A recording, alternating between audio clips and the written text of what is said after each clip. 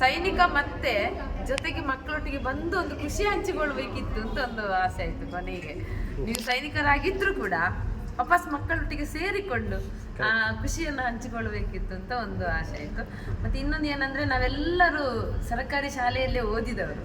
ನಮಗೆ ಹೇಗಾಯ್ತು ಅಂದರೆ, ಈಗಿನ ಸಿಚುವೇಶನ್ ಅಂದರೆ ಟೀಚರ್ಸ್ ಮತ್ತು ಮಕ್ಕಳ ಒಂದು ಸಂಬಂಧ ಇದೆಯಲ್ಲ, ಅದು ಅದ್ಭುತ ಅಂತ ಅನಿಸ್ತಾ ಇತ್ತು. ತುಂಬ ಖುಷಿಯಾಗಿದೆ ಸರ್. ನಿಮ್ಮ ಎಲ್ಲ ಚಿತ್ರತಂಡಕ್ಕೆ ಅಭಿನಂದನೆಗಳು. ಅರ್ಜುನ ಹೇಗೆ ಹೇಳ್ತಾನೆ ಅವನ ಗುರುವಿಗೆ, ಮತ್ತು ಕನ್ನಡ ಸರ್ ಅವರು ವ್ಯಾಕರಣ ಸರಿ ಮಾಡು ಅಂದರೆ ನಮಗೆ ಕೂಡ ಅದು ನಮ್ಮ ಸ್ಕೂಲಲ್ಲಿ ಈಗ ಆಗ್ತಾ ಇರುವುದೇ.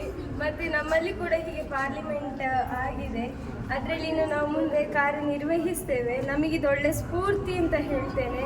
ಮತ್ತು ಒಬ್ಬರು ಟೀಚರ್ ಹೇಗೆ ಇರ್ತಾರೆ, ನಾವು ಅವ್ರ ಜೊತೆಗೆ ಹೇಗಿರ್ತೇವೆ, ಇದೆಲ್ಲವನ್ನು ಕೂಡ ನಮಗೆ ಈ ಮೂವಿ ಕೊಟ್ಟಿದೆ.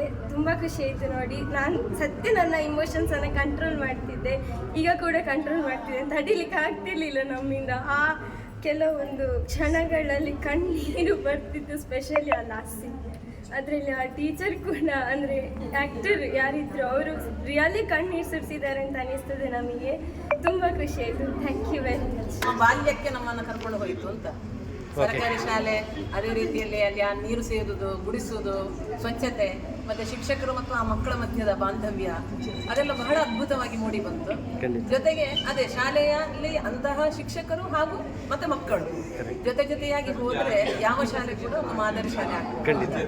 ಅದರಲ್ಲೂ ಕೃಷ್ಣ ಮಾಸ್ಟರ್ ಪಾತ್ರ ಅಂತೂ ಬಹಳ ಚೆನ್ನಾಗಿ ಮೂಡಿ ಬಂತು, ಅದ್ಭುತವಾಗಿತ್ತು. ಈ ಚಿತ್ರದಲ್ಲಿ ಒಟ್ಟು ಮಕ್ಕಳಲ್ಲಿ ಯಾವುದೇ ರೀತಿಯ ಬೇರೆ ಭಾವನೆ ಬಾರದ ಹಾಗೆ ಒಂದು ಕಲಿಕೆ ಮತ್ತು ಗುರಿ, ಈ ಎರಡನ್ನ ಇಟ್ಟುಕೊಳ್ಳುವಂಥ ಒಂದು ಉದ್ದೇಶವನ್ನು ಇಟ್ಟುಕೊಂಡು ಮಾಡಿದಂಥ ಚಿತ್ರ.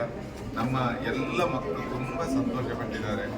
ಈ ಚಿತ್ರವನ್ನು ನೋಡಿ ನಾನಂತೂ ಕಣ್ಣೀರು ಸುರಿಸಿದ್ದೇನೆ. ಕೆಲವು ಸೀನ್ಗಳಲ್ಲಿ ನಾನು ಕಣ್ಣೀರನ್ನು ಸುರಿಸಿದ್ದೇನೆ.